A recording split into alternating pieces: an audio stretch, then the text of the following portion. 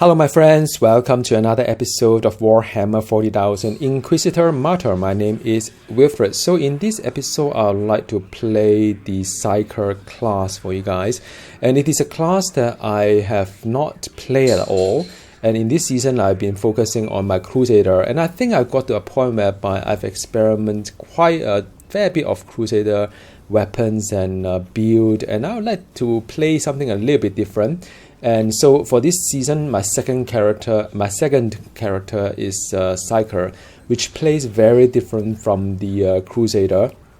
And so much so that some of this like game mechanic or interface give me the impression that I'm playing a slightly different game, so as to speak.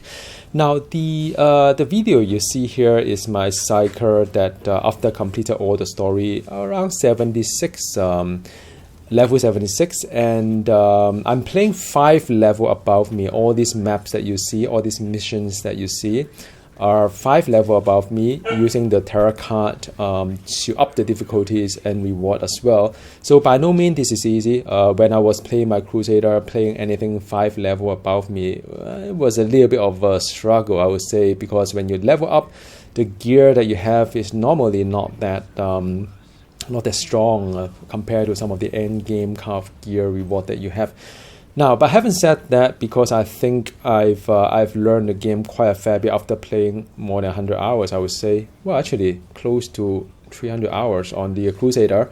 I've learned quite a fair bit on the mechanism of the game. What kind of stacks I should watch out for, how to increase my survivability, how to make it work for DPS as well. So all these things kind of add up and make my Psyker where he is today. And I think by and large I have a lot of fun with the Psyker class. It seems pretty smooth, pretty durable, I would say, the build that I've got. And the clear speed is pretty fast as well. Now, but before I get to the Psyker class, just a little bit more on this global event called the Tainted Void Zone. Now, how it works is that the 3 Ordos, if you play the end game, you know that you have Ordos missions every week and to acquire reputation. Now, so for this, or influence, sorry, but for this Tainted Void Zone, what it means is that you have quests from missions from different Inquisitor, from the 3 different factions, I would say. The color wise is the red, blue, and green. So long as you do like one for each of the color or each of the faction, you earn a loot box. And then afterwards, every 10 mission, you earn another loot box. And now, and they have special kind of like reward as well on 10th.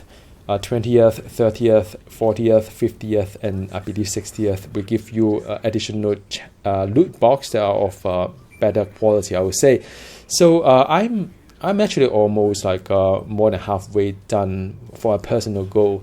So the personal goal is 60, I believe, and there's also a community goal as well. So if you play World of Truck, which is my favorite trucking game, like Euro Truck Simulator 2 as well as American Truck Simulator, this concept of events with personal goals and community goals are not new. So you can play and fulfill your personal goal, but you could stay on as well and play more and to accomplish the community goal.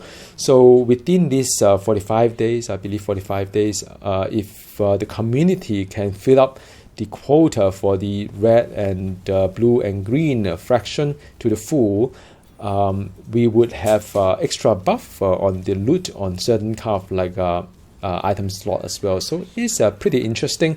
By right, we should be seeing an equal number of counts for each of the faction, but somehow I see the green one is getting more.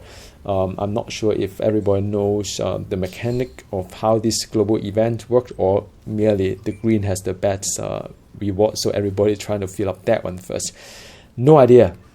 No idea on that. But I intend to play a little bit of that.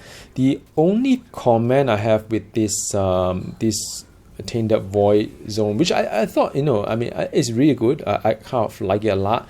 I play a lot on the hunt, maybe sometime on the purge, and also on the demonic incursion. But I will skip the data hunt because the data is one of the longest kind of dungeon to play. So I'm not interested to play that. I just abandon that bits of it, and it's fine. They'll give you another one, so there's no penalty in abandoning the or do a bit of, like they call it, the farming of the mission, I would say. But yeah, I mean, I find it a lot of fun, just that the glory reward is not as high. So I play quite a fair bit. Well, it doesn't seem to be as high. Maybe I'm wrong. It depends on how high you bump up the difficulties, I guess. I mean, so yeah, I think the glory is going to be the same as Void Crusade, if I'm not wrong. But yeah, because my Psyker is only about 70 odd ish kind of level, so the glory or the reward is not going to be as good as my Crusader that usually do around 107, 108 or 110. So yeah, I'm dropping a little bit on the leaderboard this week. For the last 4 or 5 weeks, I've been consistently at the top 50 leaderboard on the Glory Weekly leaderboard. Because I've been playing a lot of Crusader, Void Crusade, and usually if I do like 2 or 3 Void Crusade a week, that put me there about the right kind of like position. But with my Psyker, I'm not earning as much glory as you would imagine as the Crusader. So yeah, I mean, but that's fine. I mean, my Psyker will get there. Now it's already close to level 80. The last 20 level or last 10 level is always the hardest because it just takes so much time to get to the final 20 level. But that's fine. I enjoy the game a lot as it should be. Now, Psyker, let's talk about Psyker. Psyker is very interesting. You could have as many or as little magic or slot that you can have. The rest of it could be from your equipment or could be from your weapon as well.